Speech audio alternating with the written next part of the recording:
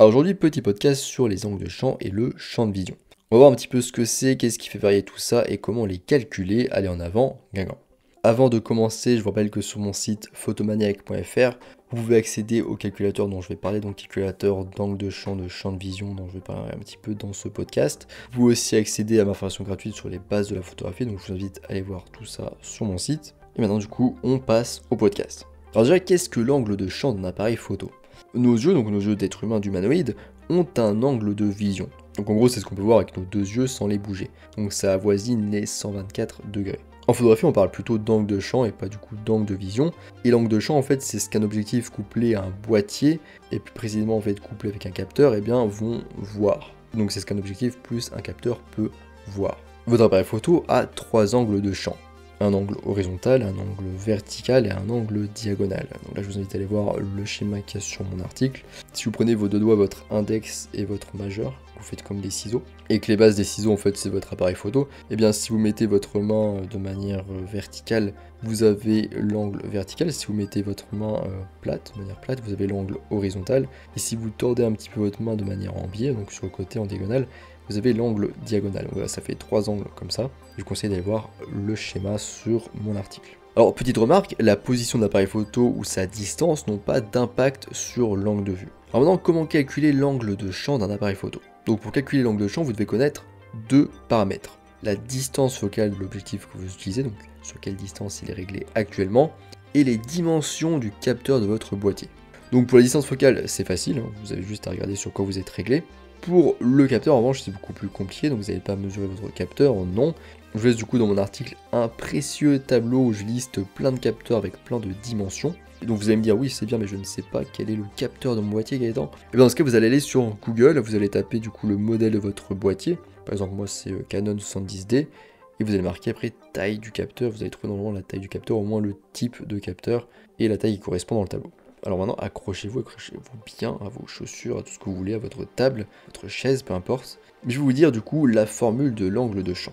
Donc c'est 2 arctanes, 2, donc pas le chiffre 2 mais bien DE, de la taille du coup du capteur divisé par 2 fois la distance focale. Donc la taille du capteur divisée par 2 fois la distance focale, elle se prend un 2 arctanes. Donc un 2 fois arctane.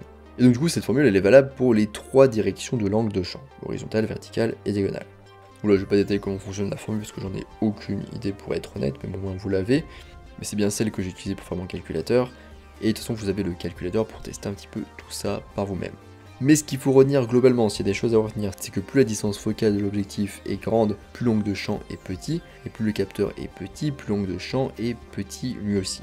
Alors maintenant le champ de vision d'un appareil photo.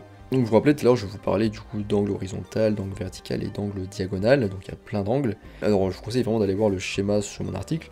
Mais si par exemple en fait on mettait une feuille du coup devant votre appareil photo qui couperait en quelque sorte les angles, si vous reprenez comme je disais tout à l'heure, faites les ciseaux avec vos doigts, et bien vous mettez une feuille qui coupe ces ciseaux, et bien ça donnera en fait votre champ de vision. Et la distance du coup qui sépare votre appareil photo et cette surface qui vient se mettre un petit peu devant vos angles, et bien c'est la distance D, qu'on appellera D parce que souvent on appelle une distance D. Et du coup la largeur, la hauteur de ce rectangle, de cette surface du coup qui vient se mettre devant votre appareil photo, c'est un petit peu comme une feuille qu'on mettrait devant votre appareil photo par exemple. Et du coup sa largeur, la hauteur et la diagonale donnent le champ de vision de l'appareil photo. En fait l'appareil photo il a un champ de vision qui est rectangulaire. Donc en fait en gros c'est ce qu'on voit sur une photo, tout simplement. Et dans ce cas-là, dans le cas du champ de vision, eh bien la distance elle a un impact sur le champ de vision. Plus la distance elle est grande entre votre appareil photo et cette feuille, cette surface, plus le champ de vision du coup il est grand.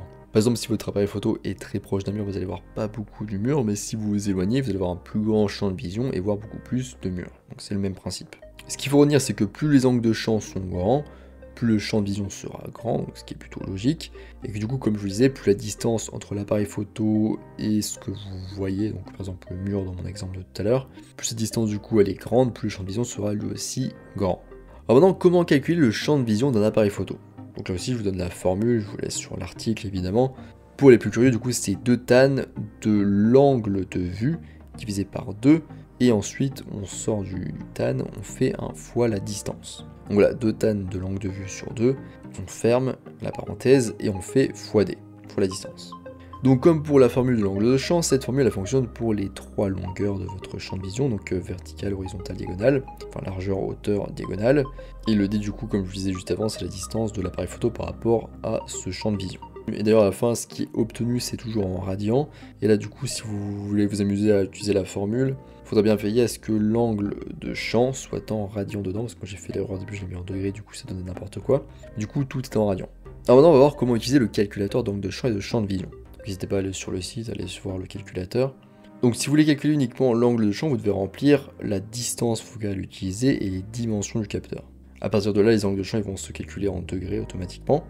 Mais si vous voulez en plus de ça le champ de vision, dans ce cas il faudra aussi rajouter la distance entre votre sujet et l'appareil photo, en plus du coup de la distance focale et des dimensions du capteur. Parce qu'en effet du coup le champ de vision se calcule avec l'angle de champ plus la distance. Et le champ de vision sera calculé du coup en mètres. Pour résumer un petit peu tout ça, si j'en ai perdu certains, n'hésitez pas à aller voir l'article, c'est beaucoup plus posé. Un couple boîtier et objectif, autrement dit un appareil photo, va capturer une portion rectangulaire du monde réel, donc le champ de vision, qui va projeter sur son capteur. On a finalement 2 façons de mesurer la taille de cette portion, c'est avec l'angle de champ et le champ de vision. Le champ de vision, généralement pour nous, êtres humains, c'est beaucoup plus logique, parce qu'on a quelque chose de plus concret à se mettre en tête. Et donc le champ de vision, c'est une combinaison entre l'angle de vue et la distance entre le capteur et l'objet.